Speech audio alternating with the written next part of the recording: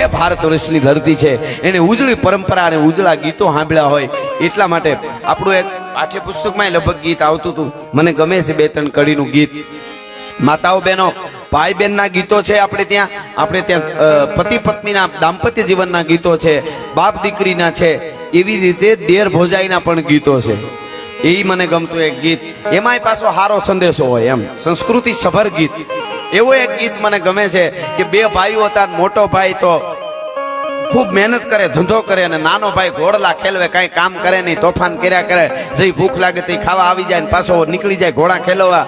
અને એવા એક વખત જમવા બેઠો દેર, અને જે એમના ભાભી ભોજાએ કીધું મોટા ભાઈના ઘરનાએ જમવાનું એને દીધું, અને એમાં હાકર નાખવાનું દૂધમાં ભૂલાઈ ગયું, અને કીધું ભાભી કેમ દૂધમાં હાકર નથી નાખી?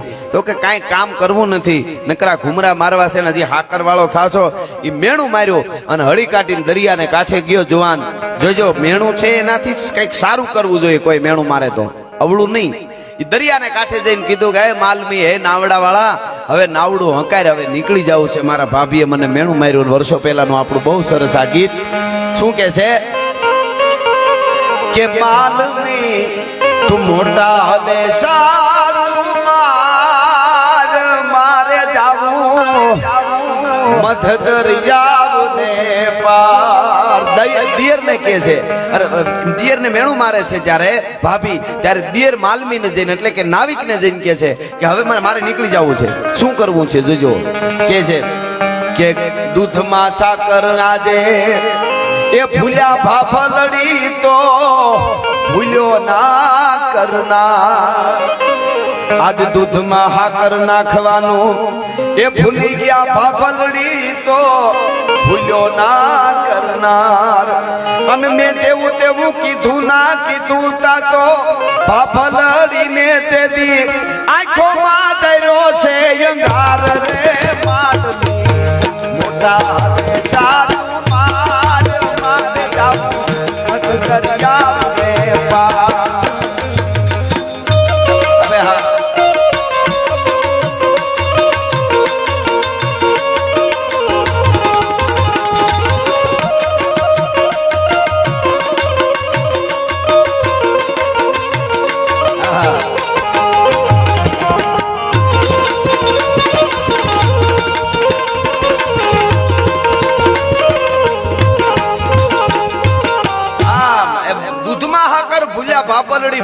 ભૂલ્યો ના કરનાર. મેં જેવું તેવું કીધું તા તો ભાભલડી ના આંખે જર્યા છે અંગાર, કે તો તારે હવે શું કરવાનું? અને દિયર કે છે, ગીતોમાં સંસ્કૃતિ હોય, શું કે છે કે મેણું માર્યું છે મારી એ ભાભલડીએ દેર આળુનો સરદાર.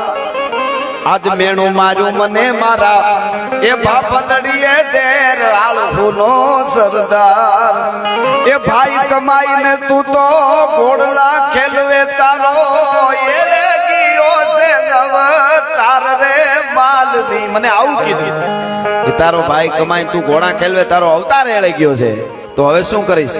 હવે એક કામ કરીશ કે જાવું છે હવે મારે એ જાવા બંદરે ન્યા લક્ષ્મી નો વેપાર. મેણું મારે તો આ કરાય, મરી જવાનું ન હોય, હવે વેપાર કરવો છે. ભારતની આરી નારીના એક મેણાથી પણ દેર સુધરી ગયો. જુઓ તમે, દેર ભુજાઈ નો એટલે માં દીકરા જેવો સંબંધ હોય છે. કે મેણું માર્યું છે મારી એ ભાભલડીએ જાવું છે હવે મારે જાવા બંદરે ન્યા લક્ષ્મી નો વેપાર. અને જાવા ગયા ઈ કોઈ દી પાછા આવે નહીં ભાઈલા. જે જાવા જાય ઈ પછી કોઈ દી પાછા આવે નહીં, અને આવે તો બેડો જોને પાર રે માલની સારું મારે જાવું મત દરિયાને પાર.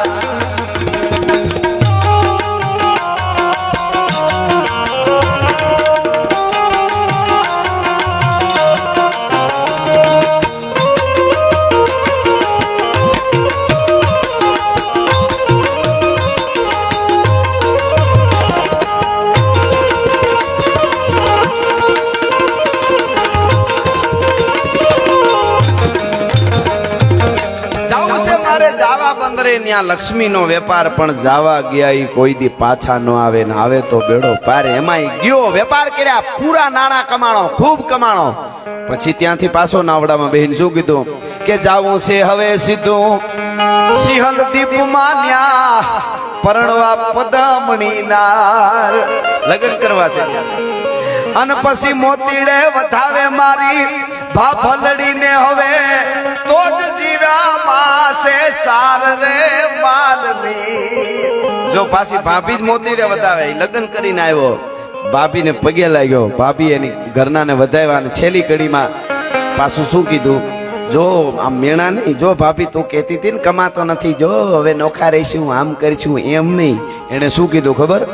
જાજરુ જીવો મારી એ ભાભલડીને ખાસ, જીવો જીભલડીની ધાર. એ ભાભી તમે તો ખૂબ જીવો, પણ તમારી જીભની ધારે જીવતી રહેવી જોઈએ. મને મેણું માર્યું ને મારો મનખો સુધારી દીધો. જાજેરુ જીવો મારા એ ભાભલડીને ખાસ, જીવો જીભલડીની ધાર. અરે મેણું મારીને મારી મતી સુધારી તમે, કર્યો દીધો બેડો મારો પાર રે માલવી. મોટા હલેસા એ હવે મારે જાવું મધ દરિયાને પાર. એ ભારતની આરી નારી કેળો બતાવે છે. આજથી 35 વર્ષ પહેલા મુંબઈના એક હોલની માલિકો આવો પ્રોગ્રામ ડાયરો રાખેલો અને સત્ય ઘટનાનો પ્રસંગ અમારા ગઢવીએ વાર્તા માંડેલી. લોક ડાયરામાં બધી લોક સંસ્કૃતિની વાતો, ગીતો, દુહા, છંદ થતા એવો ડાયરો જામ્યો. 2 કલાક સુધી મોજ કરી અને ડાયરો પૂરો થયો. ગઢવી આમ ઉતર્યા એટલે એ ડાયરામાં B.R. ચોપરા, જેને જૂનું મહાભારત બહુ સરસ બનાવ્યું, આપણે જોઈએ એટલે એક એક પાત્રો આપણને દેખાય કે આ હકીકત કૃષ્ણ છે, હકીકત અર્જુન છે, ભીષ્મ છે, દ્રૌપદી છે, આપણને દેખાય. એ મહાભારત બનાવવા ચિત્રકરણ કરવા વાળા B.R. ચોપરાની હાજરી અને એ મળવા આવ્યા અમારા ગઢવીને 35 વર્ષ પહેલા. એને કીધું कि गढ़वी आपने बहुत अच्छा बोला, बहुत अच्छा गाया, क्या मजा है, क्या बात है, क्या गुजराती डायरा है। मैं थोड़ी देर के लिए आया था, सोच रहा था कि 10 मिनट बैठ के चला जाऊंगा, पता ही नहीं चला 2 घंटे कैसे चले गए, क्या बात है। इन्हें मौज आवेगी सोपरा साहब ने। અને ये बात करता करता छेले એટલું કીધું, बातें तो आपने बहुत अच्छी की, सभी बात सही लगी, ठीक लगी, बराबर लगी, सही लगी, पर एक बात मुझे बराबर नहीं लगी, समझ में नहीं आई कि वो कौन सी बात, कई बात। तो कि તમે એમ કહો છો કે જેનું દાંપત્ય જીવન ઉજળું હોય, જેના પતિ પત્નીનો દાંપત્ય જીવન ઉજળું હોય, એના સંતાન પતિવ્રતા નારી હોય, એના સંતાન કોઈ દી નબળા ન થાય, એ વાત ખોટી છે। મારા ગઢવીએ કીધું કેમ, તો કે ગાંધારી જેવી પતિવ્રતા નારી કઈ હોઈ શકે કે પોતાનો પતિ દુનિયા ન જવે એટલે પોતે પાટા વાળી દીધા। આવી પતિવ્રતા નારીઓ હોવા છતાં એનો દીકરો દુર્યોધન કેમ થયો, આનો જવાબ આપો, એટલે મને આ વાત ખોટી લાગે છે। અને પછી મુંબઈના હોલમાં, પાયદાસ હોલમાં અમારા ગઢવીએ જવાબ આપ્યો તો, सोपरा साहब आप बहुत बड़े आदमी है, अच्छा काम करते हैं, आपने क्या महाभारत का चित्रीकरण किया है, मैं आपको नमन करता हूं, पर सुन लो, आप मुझे ये पूछते हैं कि गांधारी जैसी एक नारी होने के बाद भी, सती नारी होने के बाद भी उसका बेटा दुर्योधन क्यों हुआ, तो सुन लो, तो सांभळो। गांधारी जेवी पतिव्रता नारी होवा छतां दीकरो दुर्योधन थवानो एक ज कारण, जनेतानी 2 आंख छे ने, एक आंख शिक्षणनी छे અને એક આંખ સંસ્કારની છે। શિક્ષણ અને સંસ્કારની આંખે જે જનેતા પાટા વાળી દે ને એના દીકરા દુર્યોધન જ થાય। પછી પતિવ્રતા હોય તો એ ભલે અને ગમે એવું ઉજળું જીવન જીવતી હોય, પેલો શિક્ષક પણ માં છે, પેલો ઘાટ ઘડનાર પણ માં છે, જે કયો એ માં છે। અને જનેતાએ જેને ઘડ્યા છે, જેને જનેતાએ સંસ્કાર આપ્યા, એ જગતના ચોકમાં ડંકા દઈ દીધા।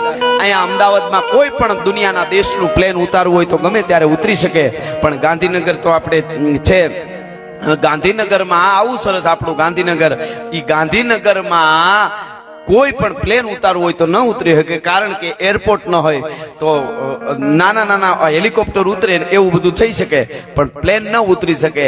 એનું કારણ કોઈ પણ મોટી કંપની આવી અને ગાંધીનગરમાં એમ કે 15 દિવસમાં 700 માણસ સામે એવડું જમ્બો જેટ પ્લેન ઉતરે એવી વ્યવસ્થા કરી દો, તો આખું ગામ એમ કે તમારા પૈસા લઈ જાઓ, કયો તો હેલિકોપ્ટર ઉતરે એવું કરી દે। 15 દિવસમાં 700 માણસ સામે એવડું પ્લેન ઉતરે એવી વ્યવસ્થા ન થાય અને ન થાય તો કે કાં તો કે 5-7 વર્ષ એરપોર્ટ બનાવવામાં વયા જાય। એક 700 માણસ સામે એવડું પ્લેન ઉતારવા માટે એરપોર્ટ બનાવવામાં 7 વર્ષ વયા જતા હોય, તો ભારતની ધરતીમાં વલ્લભભાઈ પટેલને ઉતાર્યો, મહારાણા પ્રતાપને ઉતાર્યો, શિવાજીને ઉતાર્યો, ચાપરાજ વાળાને ઉતાર્યો, જલારામ બાપાને, ભોજલારામ બાપાને, બજરંગદાસ બાપાને ઈ જનેતાએ કેટલી તૈયારી કરી છે એમને નથી થતું. ભલિયું વીણના ભલા કોઈ દી નાગડા નર નો નીપજે. ભારત વર્ષની નારી શક્તિની બહુ મોટી જવાબદારી છે.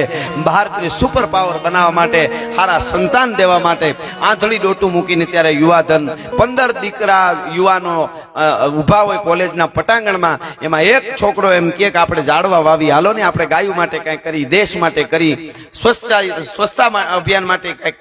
એટલે 14 માંથી એક એટલું બોલે તો 15 માંથી 14 જણા એમ કે એન્જોય કરો, એન્જોય. શું હવે સુધરેલું ધર્મ વાળું થઈ ગયું છું. હવે એન્જોય તો ઓલો માદણામાં ભૂનણો પડ્યો હોય ને, આડે પેટાળ ઉનાળામાં માદણામાં, હરીશભાઈ પરિવાર આજુબાજુમાં મોજ કરતો હોય અને ભૂનણો પડ્યો હોય એને જઈને પૂછો કેમ છો, તો એ કે એન્જોય એન્જોય. તો એમાં આપણામાં ફેર શું ભલા માણસ?